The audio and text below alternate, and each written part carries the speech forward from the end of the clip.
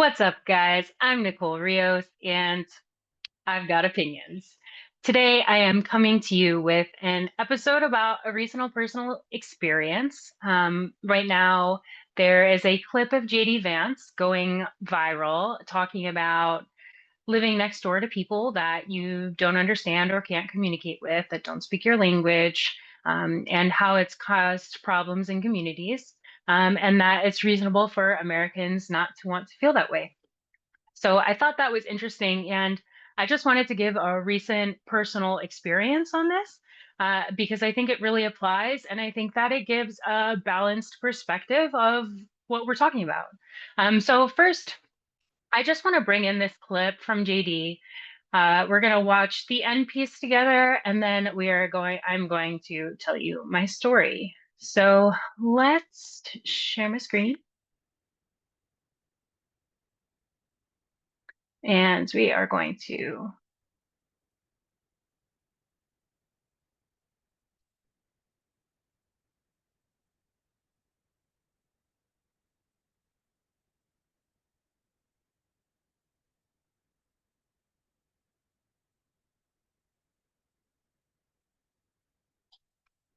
So that is his take on the situation. So I recently moved to the Tennessee area with the Army. We were transferred here to outside of Nashville suburb.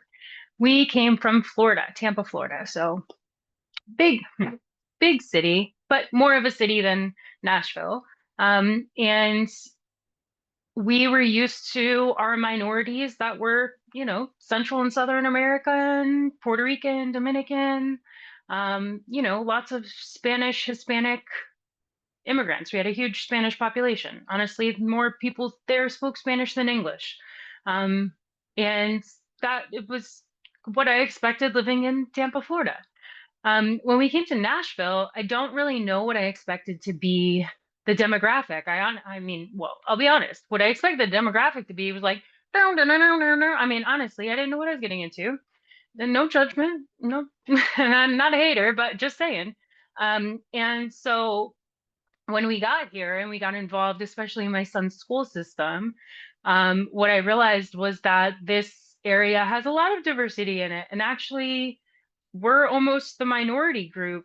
Well, I'm almost the minority group as a white woman. We have a huge Indian population here where I live. Also large Somalian population, also large generally Muslim population like Pakistani, Iranian, Egyptian, a lot of Egyptian. So very Middle Eastern population here, very lots of saris, um, and lots of burqas. So both Muslim and non-Muslim Indian, which is fine, no judgment. Although I can tell you that it bothers me to see women around here walking around in burqas. That does bother me, but I'm not in a hateful way, but in a concerned way.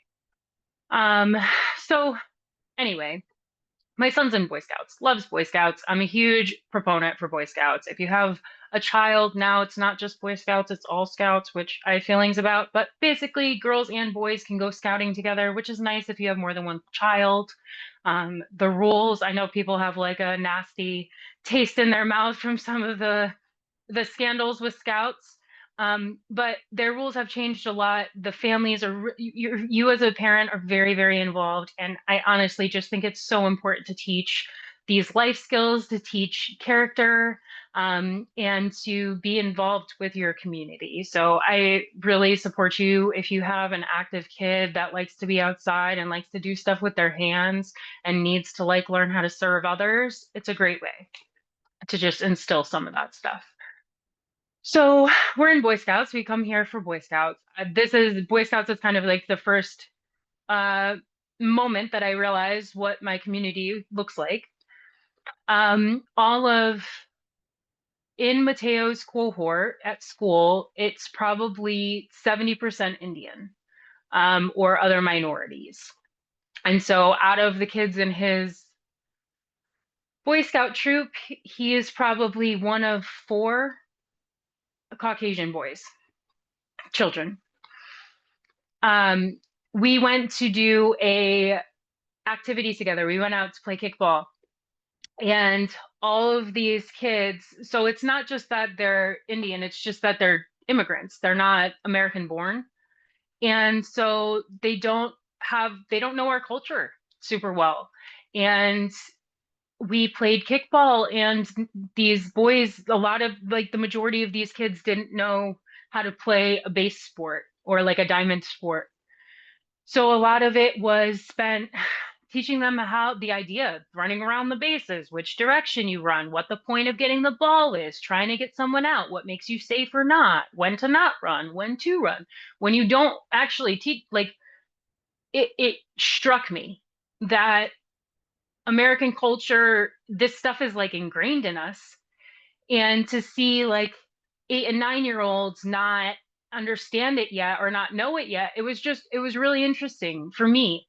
So I'm an active parent in our troop, and I'm out in the field and I'm trying to help teach these kids how to do it. I'm a coach, I get it.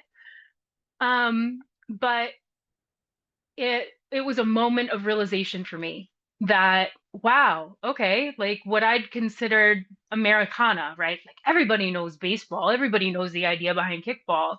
It was a shocking moment of revelation for me that in our community, like maybe not. So I felt happy to be able to teach these kids how to play. The parents that were on the sidelines were laughing and watching, and they seemed like, to be enjoying themselves. This is my community, right? So fast forward, we just had a camping trip on last weekend, which was cold. It was cold in the tent over the weekend. Um, but we had a really good time. There was probably about 9 families from our troop that went. It was like a huge troops from everywhere over. The council came, and we were placed in campsites based on our troop. So we got sectioned off with all of our troop mates, and a lot of them were first time campers, which again, I think is great. They were pulling out their tents and doing it and asking questions, and it was it was really just interesting to sit back and watch. So we had a couple of Indian families with us, an Egyptian family with us, an Ethiopian family with us. And so we got a lot of different places going on. And none of them had made a campfire before. None of them had done s'mores. Their kids didn't know campfire safety rules. And so I was grateful to be there. We were grateful to be able to show people how to make the campfire, getting the kids to go pick up the kindling and collect firewood during downtimes at camp. And like all of that was really great to teach. And listen, I am out here for these people who are willing to like take a weekend at the end of October and go sleep in a tent for the good of their kid. And I am all for immigrants who are here and trying to like get a taste. They're out here with American Boy Scouts, camping in tents. I'm here for it. I feel like that's an effort towards assimilation. I feel like that's an effort towards like being a part of American culture and American community. Here's the other side of it, is that around the campfire, there were like 4 different languages being spoken, and none of us were talking to each other. None of the kids were really interacting with the other kids outside of their cultural group. And we didn't operate all together as a troop. And so when I hear JD Vance talking about not being able to communicate with your neighbors or not feeling like you are in a safe community because you can't understand what's going on around you, that's really the idea. Um, I can tell you that as happy as I was to sit there and teach our culture and our customs to these people, I felt like my son was losing out on experience that I had as a young child in Scouts, as a Girl Scout forever, and being surrounded by people that have this already and like have this culture, and there's like more than just your parent reinforcing the same thoughts or ideas or actions, helps to reinforce what that means to the culture, to the child. And while I think my son got a great opportunity to watch my husband and I teach others how to do things for the first time, I think that was probably a really good learning experience for him. I think that there is this missing out on that I know he doesn't know because he doesn't know the difference, but I know the difference from my objective point of view between him growing up surrounded by people that are Americans versus him growing up surrounded by people that aren't, and how that affects his upbringing because all of these kids on this Boy Scout troop are also his classmates. They're all scouted from the school. So these are his people, which is great. Again, it's not a hateful thing. What it is that you can't really communicate. It makes it hard to relate. It makes it hard to connect. And that is what I think the danger is. Because let me paint a picture. Say we are living in an apartment complex, okay? And there's a fire in our neighbor's house, and our neighbor doesn't speak English. And we hear the neighbor hollering, but we don't understand what they're saying. So we don't do anything. And then we hear more yelling and banging and stuff. And we go out and we open at our door to check on what's going on. But again, we don't speak the same language, so we're not communicating. We know something's up, but we can't figure out what. So that means we can't be descriptive when we call 911 for help. It means we can't ask directly if they need something specific for help. If somebody is having a diabetic attack and they can't communicate that someone is diabetic for a healthcare provider or even for a neighbor that might be able to help in some way to get some blood sugar back up or whatever, we're not communicating. There's no way to get through minus doing some Google Translator. And that erodes a community. And when people don't feel safe in their communities, they rely more on a big government. And this is kind of my idea behind, well, while the government's shut down, we're responsible. And when we look forward, if we want a smaller government, then we have to take on some of the responsibility that the government has taken on. Like the need is still there, guys. It's just who's responding to it. So the other side of this is the fact that this is like a core destabilization strategy, is breaking up communities, making people feel less secure, making people less likely to communicate with those around us. And it makes us distrustful of everybody around us. And if we're not together and working towards a common goal or a common good, or at least under a common understanding, then we can't be overtaken, essentially. And so it makes us very weak as society to not be able to communicate with each other, not have tight community environments, not be close with our neighbors or the people around us, not be supporting our neighbors or the people around us. That's the key of it.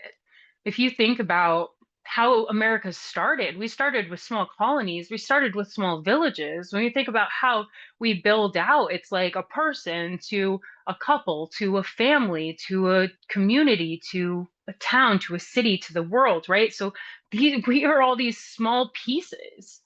And if the community is broken at that small level, everything that's expounded upon that's based on it is also going to be broken. You can't work off of a broken foundation. So I think that it's really hard because if you say something like what I'm saying, I'm sure I will be accused of being a racist when I'm not a racist. It has nothing to do with a specific ethnicity or nationality. It has to do with whether I can talk to you or not. And I was shocked when we were moving here until this other part. When we were moving here, I was looking at school systems in the area to decide which town we wanted to get settled in. We found this town and that was great. And when I finally went to go do the enrollment, because the school like testing or grades were great. When I went to go do his enrollment, they had us go through this slideshow. And on the slideshow, it said, "We're proud to speak more than 35 languages in our school."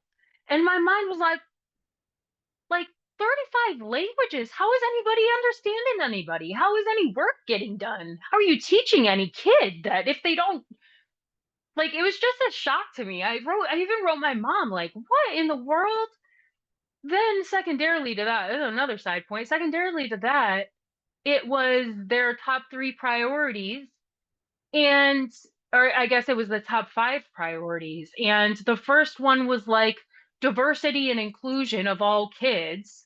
And the second one was like honoring the truth of each child, some crazy thing like that. And then the third thing was education, and the fourth thing was like their safety. It was ridiculous. The priority level on that, the ranking of priorities on that was ridiculous. And I'm writing my mom like, what happened here? Like this kid is about to be schooled in the kitchen. I'm not kidding. That's crazy.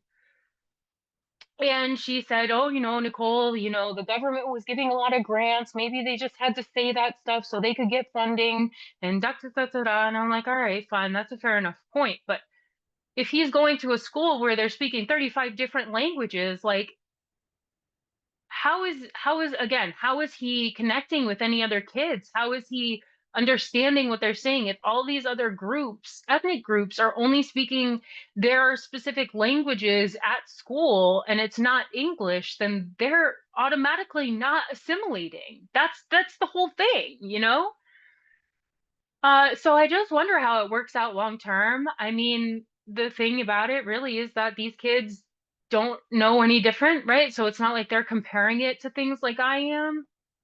But I do wonder how it impacts my son growing up. I do wonder how he feels about lots of different languages happening around him all the time. And I mean, I guess, with each generation, we accept and tolerate more diversity and more differences. And I think that's probably a good thing. But there is a point when we have to address how it's impacting our culture.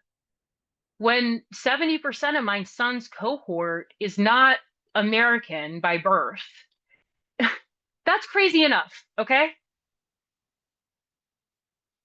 On top of that, they are trying to participate in cultural activities in my area, specifically these people that I'm talking about. And again, I appreciate that. I'm happy for that. But when the majority of the people participating in that activity are not of the culture from which the activity originates, it skews the activity a little bit. Um, And again, I'm happy to be big mama around the fire pit and help people figure out how to make s'mores. And, it was actually so funny. We were standing around.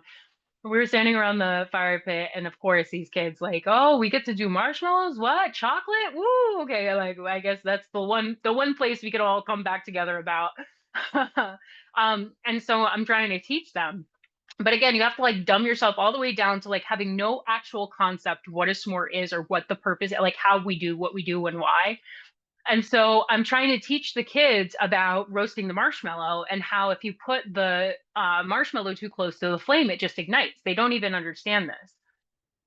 And because they've never done it, right? So I'm trying to tell them, okay, we want to keep it at the top of the flame. You just kiss it a little bit. Don't stick it all the way in. It'll blow up. And you know how that goes with like 8-year-olds. It's like, yeah, sure, sure, you can say whatever you want. They were right into the flame, right? So this kid puts it into the flame. It gets on fire. He pulls it out. He goes to whip it around. Anybody who knows about s'more making or getting the thing on fire knows that like the last thing you want to do is start whipping that thing around. It's gonna fly somewhere, snap. It's like it's sticky. It's a mess. It's a hot mess. Okay.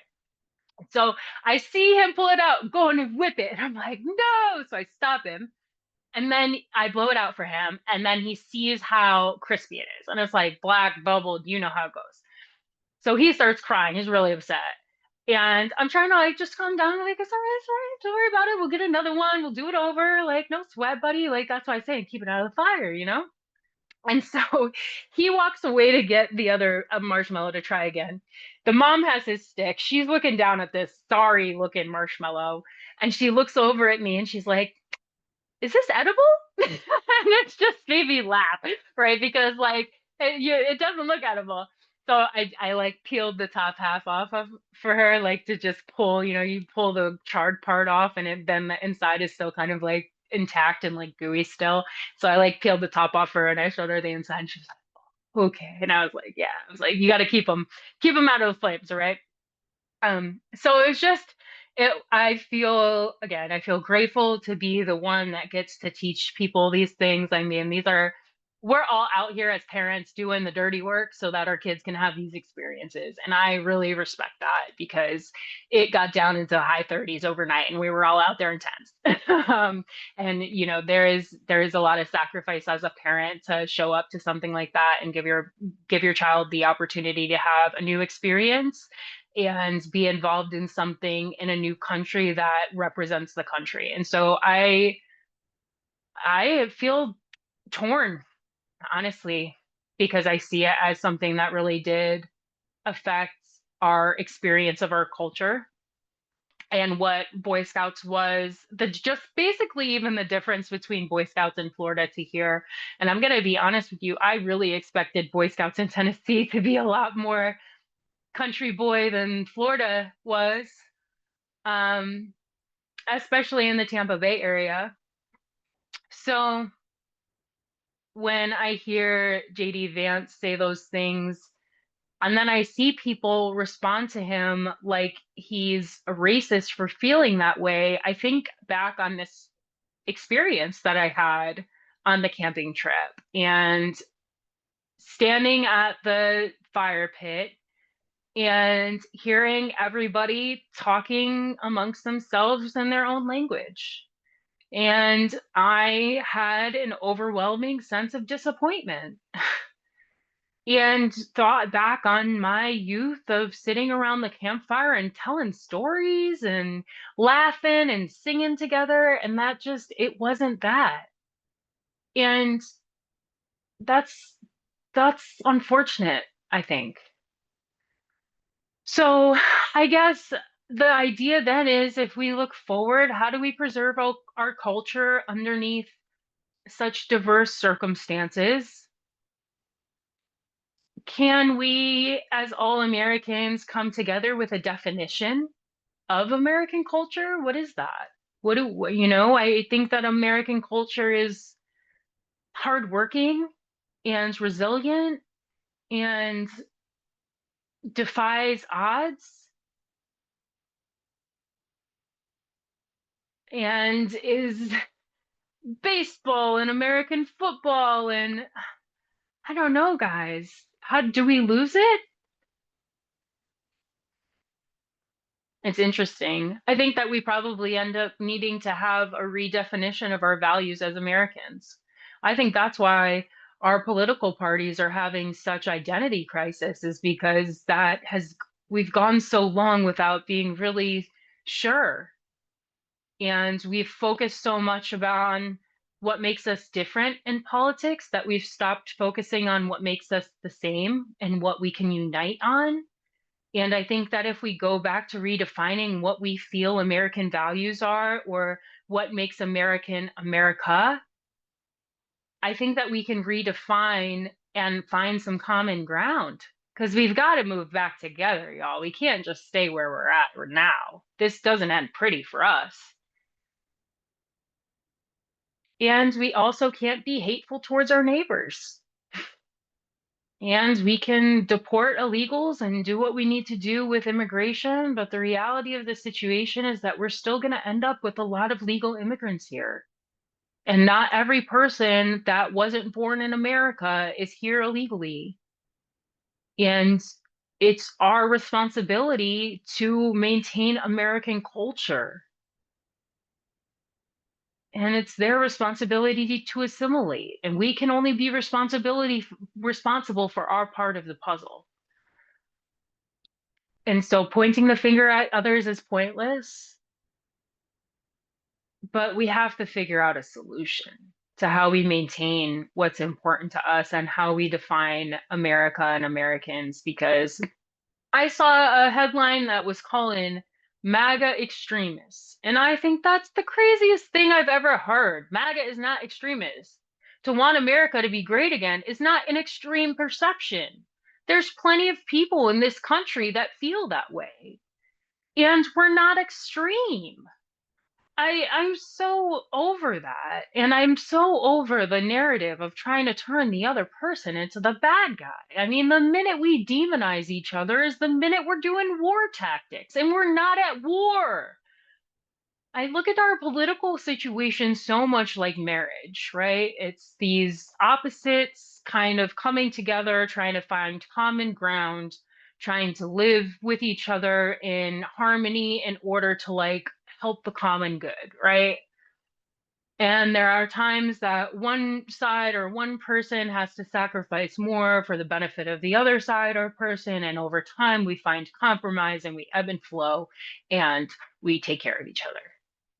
And listen, that is not the case right now. Okay. Now, as I think about this analogy, I'm like, who's the wife? Who's the husband? Hard one, right? Um, but I think that if we can approach this situation the way that we would approach trying to mend a broken relationship with kindness and understanding, being able to put judgment aside for a minute so that we can truly try and hear and understand the other person's point of view, listen from a point of view where we're looking to hear the other person's truth without trying to correct or overcome them, without trying to tell them they're wrong or gaslight. We just got to hear it out because there's truth on both sides, you guys. We got to find the compromise. It's not black and white. And we got to preserve the nature of America. The Constitution and this bad, like the debate over ideas is the point. It's the point. So we can't just say, I don't think what you think, shut up. That's not going to get us anywhere. And the reality is that we need the check and balance of the other side. That's the point. Again, it's not just one spouse runs the whole relationship. That doesn't end in a happy marriage or a healthy one. We need to come together and have like budgeting conversations so that the Democrats aren't spending too much. And then we need to have like compassion conversations so that like ICE isn't killing people on the street. Let's be real. So I guess when it comes back to it, we have to be able to be honest without being characterized as some demon. Okay. I'm not racist for saying I recognize how the high level of immigration in my town has affected how I perceive our culture to be expressed. I'm not saying that's it's a negative thing that I have a lot of immigrants here. I do have a negative belief about how the culture is impacted. I do think that's not a great thing, but that doesn't mean I hate them. Um, and when you get back to it, y'all, we're humans. Touch grass. Being able to demonize another human is not a natural thing. That is something that soldiers have had to do in war. That is something that we have had to do in the beginning of time for survival. It is purely a survival instinct. You are not at risk of death, okay? Regular people out here are not dying or being attacked. That's not the truth. The media wants to scare you, the media wants to manipulate your emotions. It's not real. Okay? So touch grass, connect with real people in your area, do something nice for someone else, do something nice for yourself. Shut off mainstream media and take a breath. That's my TED Talk for today. Uh, I have a really exciting week next week lined up for you guys. Woo, woo, woo. We got election day on Tuesday. we've got a couple things going on there. We've got the New York City mayoral race. I'm really interested to see what happens there. It's always so fun to watch it down to the wire and see what polls do in the last week, man. Mamdani was in a huge lead for such a long time, and within since the second debate they had, things have gotten very interesting, especially with Sliwa coming in and being unwilling to step out. So we'll see where that goes. The other thing that we're talking is the Virginia AG race. We want to see what happens there. If that goes Republican, that would be something. And then the other thing that I'm really looking at is this ballot measure, the Prop 50 in California about the redistricting, because if that passes and the redistricting goes from an independent panel back into the hands of the Democrats, that's going to change that's just going to change the layout of California even more. So I those are the things we're going to talk about. I've got an awesome guest to hash that out with me. We've got a Republican campaign manager that is going to be talking with me about his perception of the outcome of those races. So stay tuned for that. That's going to be awesome. And then I have another friend on next week. Her name is Kelly. She is going to talk to me. We're going to talk education. We're going to talk where some of the failures in the educational system have been and how we think that we move forward or what we think needs to change. So, as a mom, I think that that is going to be a really great conversation. And I am looking forward to bringing that to you. So, I will see you on Monday with a new Monday monologue. I will see you on Wednesday with Matthew to talk about the election results. And I will see you on Friday with Kelly about education. So stay tuned. Next week's a big week. Thanks for hanging out with me. I will see you guys later. Bye.